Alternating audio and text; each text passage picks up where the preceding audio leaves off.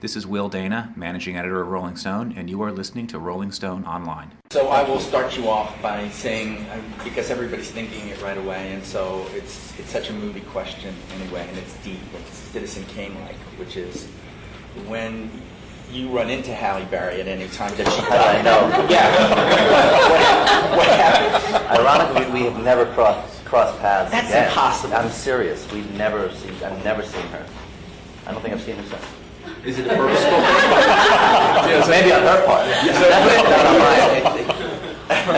What were you thinking? Because it was a dip. It wasn't just the kiss, it was a dip. Well, that came with it. I don't know. It flowed out of me. There was more to it. It wasn't like I'm thinking about a dip. I'm thinking like the kiss, there was nowhere else it could go. It took over the top.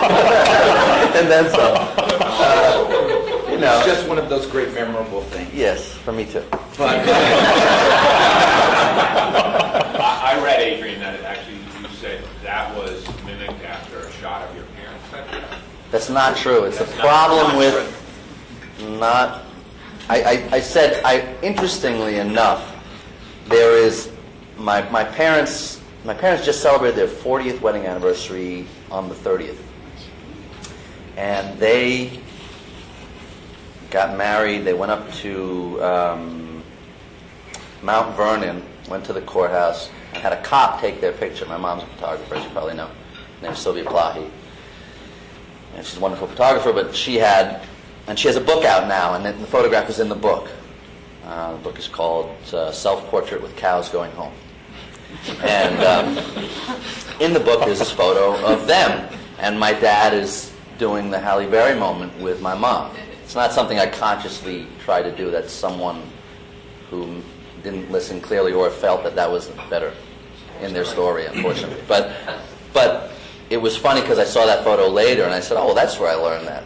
So that's how it kind of, my joke got twisted around. But, yeah, my dad was pretty slick then.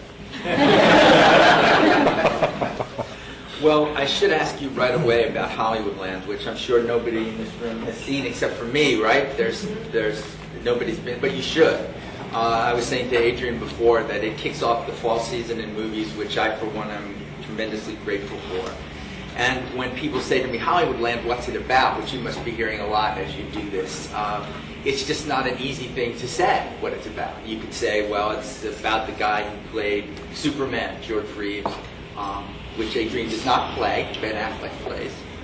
But how do you describe it when people say, well, I think it's really, it's a very complex film, and thankfully it's got a lot of layers.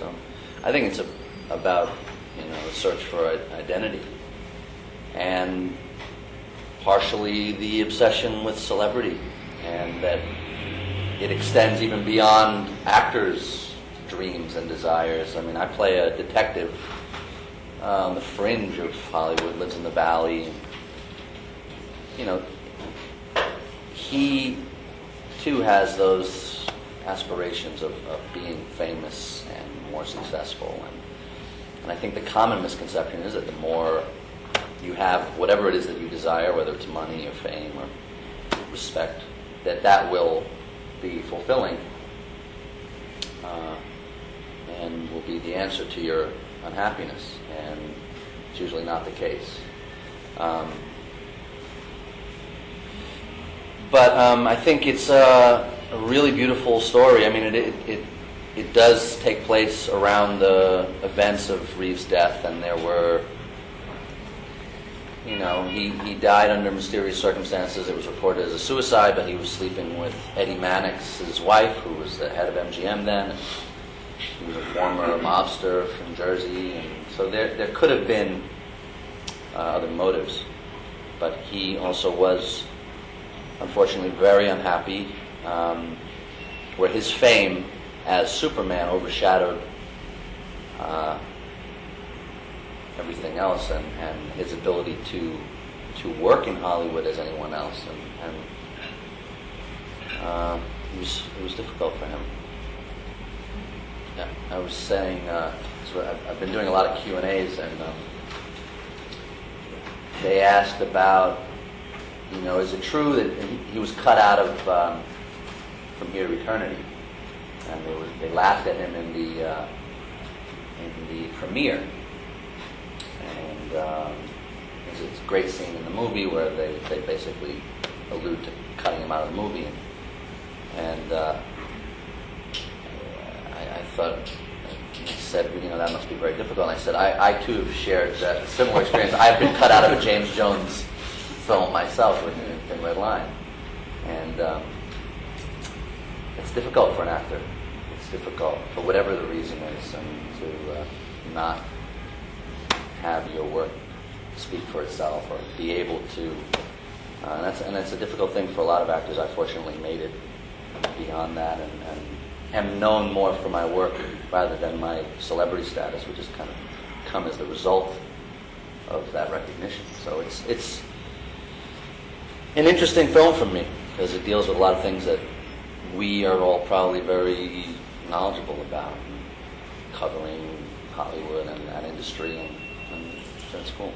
Well, we see a lot about that in the media today. I mean, it's either Tom Cruise getting dropped by Paramount or Lindsay Lohan getting letters about you better behave. Or well, I assume it sells. I mean, you guys would know more than I would. Well, whether it sells or not, is there this huge, tremendous pressure on you as an actor now, with the studios supposedly getting tough on people? Do you feel it? In what sense, pressure? Well, actors are supposedly, we're not going to pay you this much money anymore. We're not going to give you the thing. They never did. I always thought the Oscar came with a little tag that said, so did the people in Chinatown. I was buying a knockoff watch. I was down in Chinatown, right after that. I was looking at it like a Rolex or something, and the guy was like, "What? Why are you here? They give you $1 million when you win an award." I said, "No, they don't. I wish they did, but buy a real watch. You go now,